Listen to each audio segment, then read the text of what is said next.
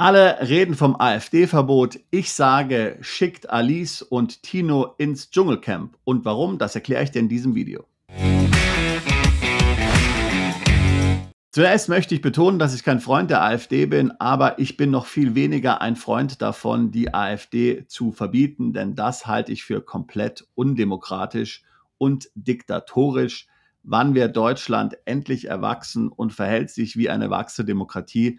Es gibt kaum ein anderes wichtiges Land, zumindest keines, was mir bekannt ist, was sich als demokratisch preist, in dem politische Meinungen, die einem selbst nicht passen, die nicht in den Mainstream passen, dadurch unterdrückt werden, dass hier Parteien ruhig gestellt werden.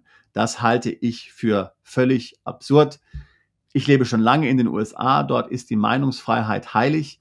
Meinungsfreiheit bedeutet nicht, dass man alles sagen darf. Ich dürfte jetzt also nicht in den USA hier einfach Personen verunglimpfen oder hier Unwahrheiten über diese Personen behaupten und hier Aussagen treffen, die diese Person schädigen könnten. Das heißt nicht Meinungsfreiheit.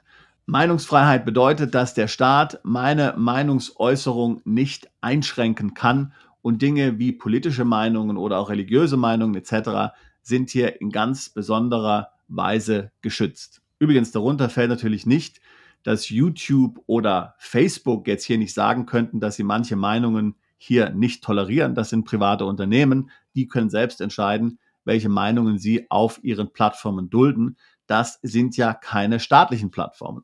Da gibt es keinerlei Grundrechte, die hier eine solche Maßnahme einschränken würden, außer es ist jetzt hier diskriminierend gegen sogenannte geschützte Gruppen. Es ist ja allgemein bekannt, man darf niemanden diskriminieren aufgrund seiner Hautfarbe, sexuellen Orientierung, religiösen Überzeugungen und anderer Dinge auch.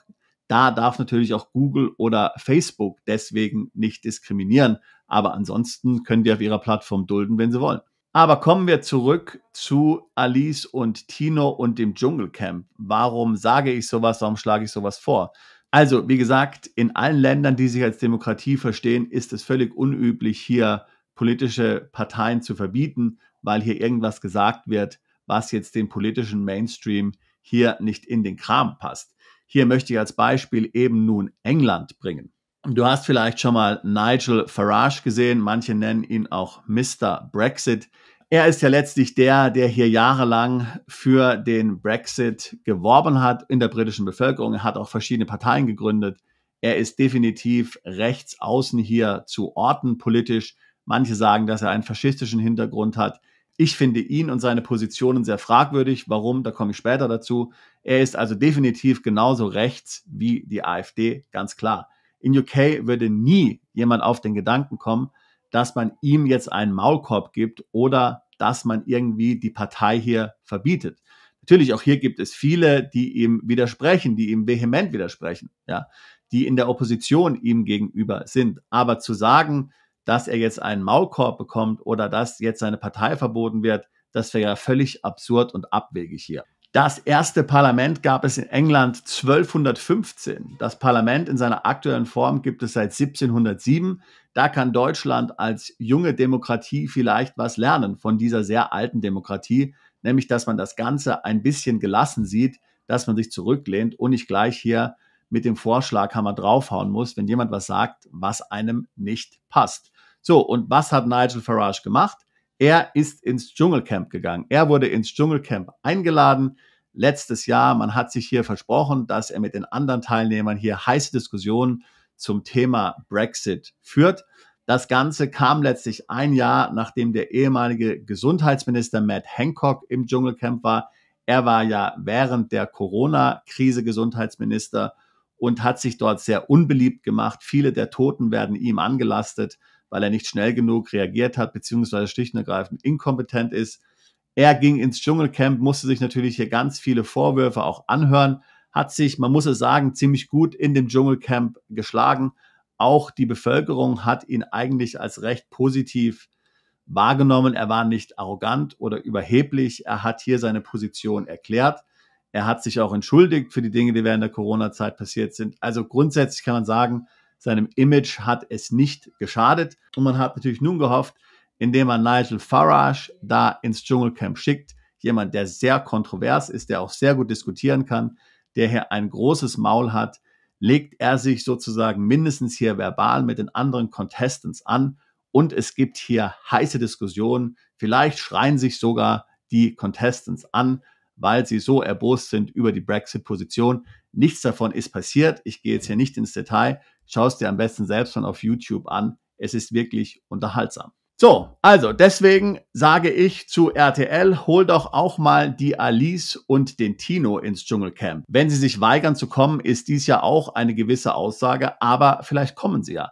Das Dschungelcamp ist ideal, um sich hier volksnah zu zeigen. Man sieht also die Politiker in einem Umfeld, mit dem sie nicht vertraut sind, richtig so in Action und so weiter, ja, wie sie hier eklige Ungeziefer fressen, wie sie ihre Klamotten im Fluss waschen, wie sie gestresst sind, wie sie sich hier mit den anderen Contestants vielleicht Schlagabtausche liefern. Wer weiß, ich glaube, es wäre sehr gute Unterhaltung und entweder wäre es super für das Image von Alice oder Tino und viele Bürger würden sie mal ganz hautnah in einer ganz neuen Umgebung erleben, aber vielleicht würden sie sich auch komplett blamieren und es würde mit der AfD ab da abwärts gehen. Wir müssen hier tatsächlich unsere Berührungsängste verlieren und so ein bisschen Reality-TV kann doch niemandem schaden, das Ganze ein bisschen mit Humor zu sehen.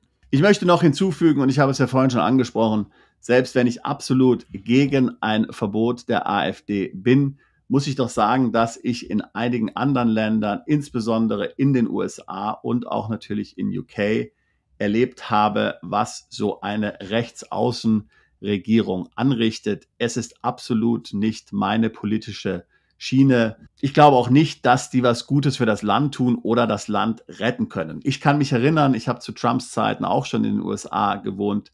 Er hat dann gleich mal hier einige Visa-Kategorien in den USA komplett zugemacht und davon waren dann auch zum Beispiel Mandanten von mir betroffen, die bereits in den USA gelebt haben mit Familie, aber ihr Visum nicht verlängern konnten.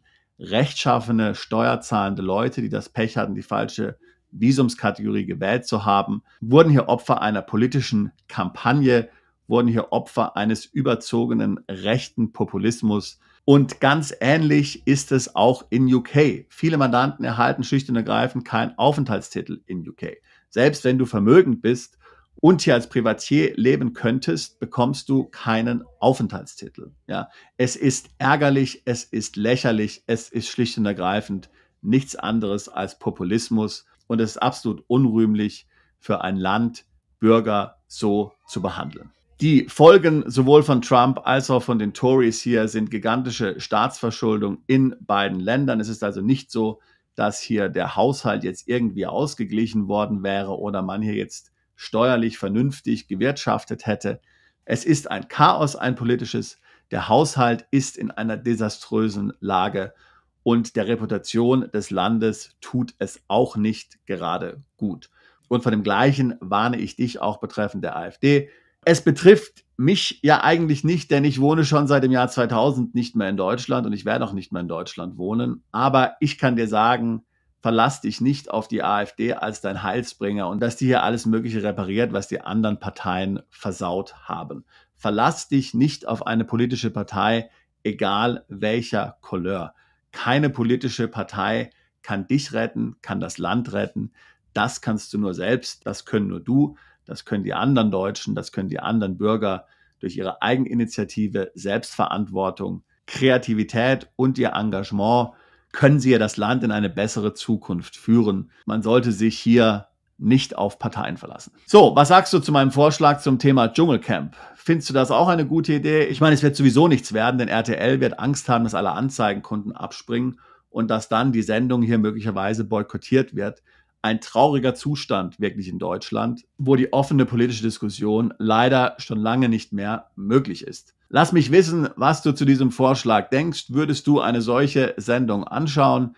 Mit Alice und Tino im Dschungelcamp, wie sie hier mit ekelhaften Insekten ringen und diese runterwürgen. Würden sie bestehen? Würden sie es schaffen? Würden sie vielleicht sogar gewinnen? Würden sie noch populärer werden, als sie sowieso schon sind? Oder wäre es für ihr Image schlecht? Oder soll vielleicht jemand ganz anders ins Dschungelcamp gehen? Lass mich deine Meinung wissen. Ich freue mich, von dir zu hören. Bist du Unternehmer, Freiberufler oder Investor? Zieht es dich schon lange ins Ausland? Mach heute den ersten konkreten Schritt in eine Zukunft mit mehr Geld und mehr Freiheit. Buche ein Beratungsgespräch mit Sebastian und seinen Kollegen. Unsere Kanzlei unterstützt Mandanten wie dich dabei, deine Steuerlast legal zu reduzieren, Vermögen aufzubauen und zu schützen und deine persönliche Freiheit zu maximieren. Profitiere jetzt von unserem Fachwissen und unserem Netzwerk. Gehe zu mandatierung.com und werde Mandant unserer Kanzlei.